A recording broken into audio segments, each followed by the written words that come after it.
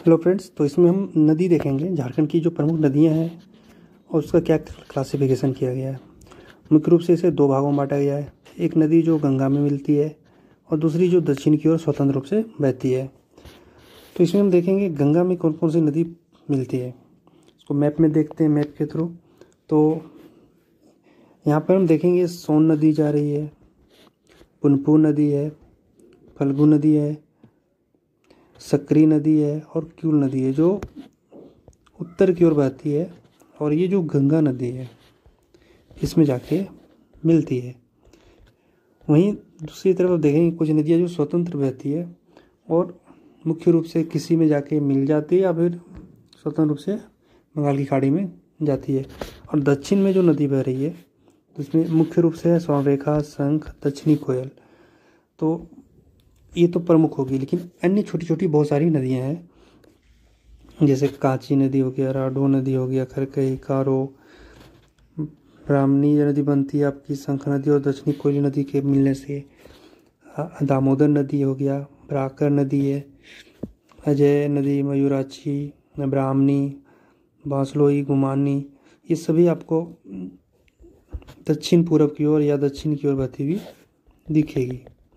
तो ये मुख्य रूप से प्रमुख नदियाँ ये हैं। प्रमुख और उसकी सहायक नदी हम के रूप में हम इसको देख सकते हैं। तो प्रमुख नदी मुख्यतः ये है स्वर्णरेखा नदी, दक्षिण कोयल नदी, दामोदर, बराकर, और यहाँ पे उत्तरी कोयल, दक्षिणी कोयल को देख सकते हैं। बाकी ये सब छोटी छोटी नदियाँ हैं बहुत सारी। अब इसको डिटेल में थोड़ा देखते हैं। सोन नदी पहला, तो इसका लंबाई कितना है, टोटल 780 किलोमीटर है। सोन नदी कहाँ से निकलता है तो मैकाल पर्वत जो है वहाँ अमरकंटक पठार है, वहाँ से निकलेगा और ये पटना के निकट गंगा नदी में जाके समाहित हो जाती है उसमें। इसकी सहायक नदी क्या है, उत्तरी कोयल नदी है। यहाँ देखिए मैप में, ये उत्तरी कोयल नदी जो है आके इसमें मिल जा रही है, इसको सहायक नदी कहा कर सकते हैं। वहीं दूसरा है दामोदर नदी जो 290 किलोमीटर बहती है और निकलता कहाँ से, ये चूल्हा पानी, टोरी, लातेहार से। ये देखिए ये जो जगह है यहाँ से ये निकलेगी और इधर बहेगी दक्षिण पूर्व की ओर। झारखंड में जो सबसे लंबी नदी है दामोदर ही है। उसके बाद इसको एक और नाम से जाना जाता है, इसको बोलते हैं देव नदी। चूँकि दामोदर नदी इंडस्ट्रियल एरिया में होकर बहती है तो ये प्रदूषित नदी भी है। झारखंड की सबसे प्रदूषित नदी में भी इसको काउंट किया जाता है। अगला देखते हैं नदी में है हमारा, इसका सहायक नदी कौन कौन सी है वो भी देख लेते हैं। तो सहायक नदी में अब देखते हैं कोनार, बोकारो नदी, बराकर प्रमुख है इसका सहायक नदी में, जमुनिया और पतरनी नदी। तो ये प्रमुख सहायक नदी है। और इसके ऊपर एक डैम भी है, मैथन डैम। तो इसमें मैथन डैम को याद रखिए। बराकर जो है उसकी प्रमुख सहायक नदी है, उसको याद रखिए। कहाँ कहाँ से होकर ये बह रही है तो अगर उसको याद रखना है तो ये गिरिडीह और धनबाद से होकर भी निकलती है। अगली जो नदी है वो है स्वर्णरेखा नदी। स्वर्णरेखा नदी का उद्गम रांची से होता है और ये उड़ीसा से होते हुए बंगाल की खाड़ी में जा मिलती है। तो छोटा नागपुर पठार जो है इसका उद्गम का मूल जगह है। इसके ऊपर एक जलप्रपात भी है, वो है हुंडरू जलप्रपात, जिसकी हाइट है 320 फीट। वहीं अगर मीटर में देखें तो 98 मीटर है। इसकी सहायक नदी कौन कौन सी है तो राडू, जिसके ऊपर जोना फॉल है, उनको गौतम धारा भी बोलते हैं, 150 फीट है वो। खरकई नदी, कांची, जुमार, इसके जो सहायक नदी है। और कांची नदी के ऊपर भी एक जलप्रपात है, दसम जलप्रपात, जो 144 फीट ऊंचाई है उसकी। तो ये हो गया स्वर्णरेखा नदी जो, और ये देखिए इसका मुख्य विशेषता क्या है, ये सीधा बंगाल की खाड़ी में जाके गिरती है, तो ये इम्पोर्टेंट हो जाता है। अगला नदी है ब्राकर नदी। ब्राकर नदी का उद्गम कहाँ हुआ है, छोटा नागपुर पठार, हजारीबाग से। इसके तट पे कौन कौन से मंदिर हैं, क्योंकि ये मुख्य रूप से मंदिरों वाले जगहों से होकर बहती है। जैसे आपको यहाँ देखने को मिलेगा जैन मंदिर गिरिडीह में जो है, पारनाथ से थोड़ा दूरी पर है। कल्याणेश्वरी देवी मंदिर मैथन में है। तो ये मुख्य नदियाँ हैं जो मंदिरों के पास है। इसका एक इम्पोर्टेंट जो सहायक नदी है सकरी नदी, उसको हम देखेंगे कि इसका जो रामायण इसका नाम है उसको यहाँ पे लिखा गया है सुमागधी नदी। अगली नदी है उत्तरी कोयल। उत्तरी कोयल जो है आपका गंगा जो कि सोन की सहायक रिवर है और जो गंगा में जाके मिलती है, उसके बारे में देखेंगे।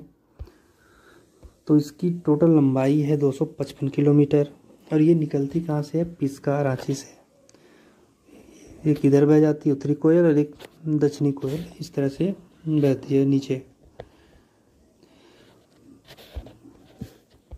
इसके जो सहायक रिवर है वो है बूढ़ा नदी और इसके ऊपर एक जलप्रपात भी है जिसको बोलते हैं बूढ़ा घाघ जलप्रपात, जो 142 मीटर ऊंची। और चूंकि इसमें जलप्रपात है तो इसकी ऊंचाई हो गया 142 मीटर। और इसकी अन्य जो सहायक रिवर है औरांग रिवर और मानक जो है, दो नदी है, एक रांची में है और एक हजारीबाग से निकल के इसमें जाके मिल जाती है। तो इसकी दो सहायक नदियां भी हैं मुख्य रूप से। वहीं दक्षिणी कोयल को देखेंगे तो ये भी नगड़ी गांव रांची से निकलता है, जो रांची से 8 किलोमीटर दूरी पर है। इसकी सहायक नदी कारो नदी है, जिसके ऊपर एक कोयला कारो परियोजना भी चलाई गई है। अगली नदी है आपका फल्गु नदी। फल्गु नदी कहाँ पे है? ये देखिए, ये मैप में है, जो पुनपुन नदी के साथ संगम बना के ये गंगा नदी में मिल जा रही है। तो उसके बारे में देख लेते हैं। फल्गु नदी, जिसको निरंजना के नाम से भी जाना जा रहा है, छोटा नागपुर से निकल के गंगा में मिल जा रही है। अगली है पुनपुन नदी, जिसको कीकट नदी भी कहते हैं, कहीं कहीं बागमती भी कहते हैं।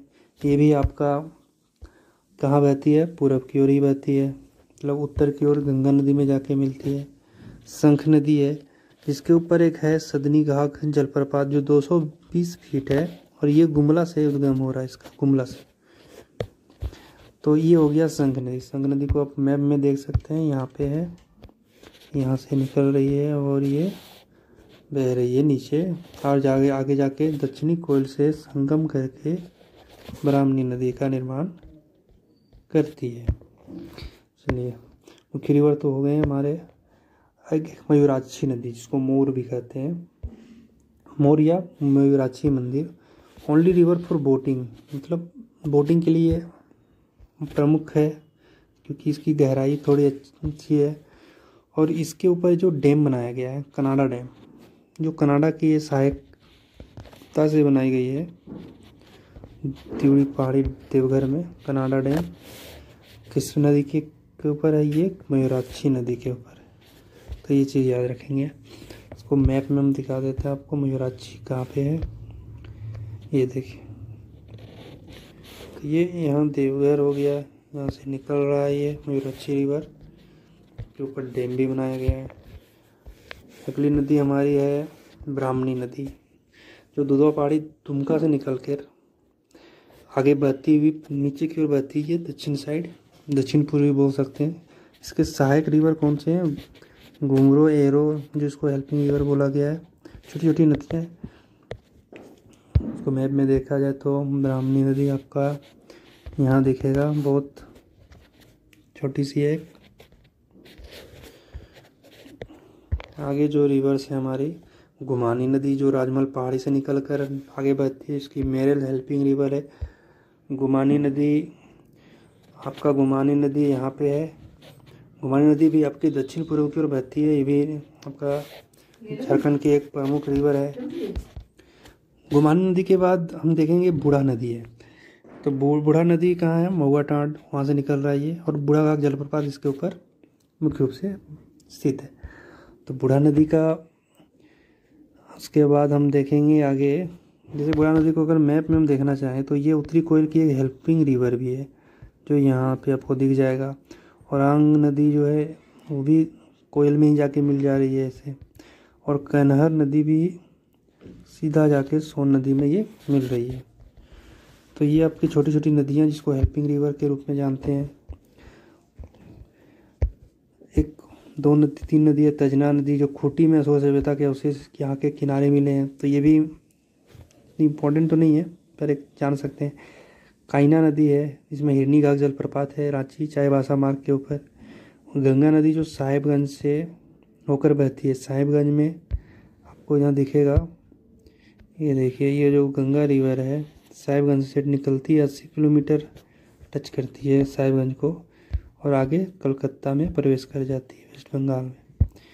लास्ट जो है आपका अजय नदी है, जो मुंगेर बिहार से निकलते हुए झारखंड में प्रवेश करती है। पत्थरों जयंती इसकी हेल्पिंग रिवर है। अब मैप में इसको अगर हम दिखाना चाहें आपको, तो ये देखिए अजय रिवर यहाँ पे है, अगर और डिटेल में देखिए इस मैप में, यहाँ से आई देवघर से होते हुए आगे ये झारखंड को क्रॉस करती है। तो इस वजह से ये झारखंड की प्रमुख नदियाँ हैं, जिसको आप याद कर सकते हैं। आगे देखते हैं, इसमें तो ही है, आगे मैं जलप्रपात इसमें दिखा सकता हूँ, आगे लेके आऊँगा, आप इसे सेव कर सकते हैं और आगे इसको शेयर कीजिए। धन्यवाद।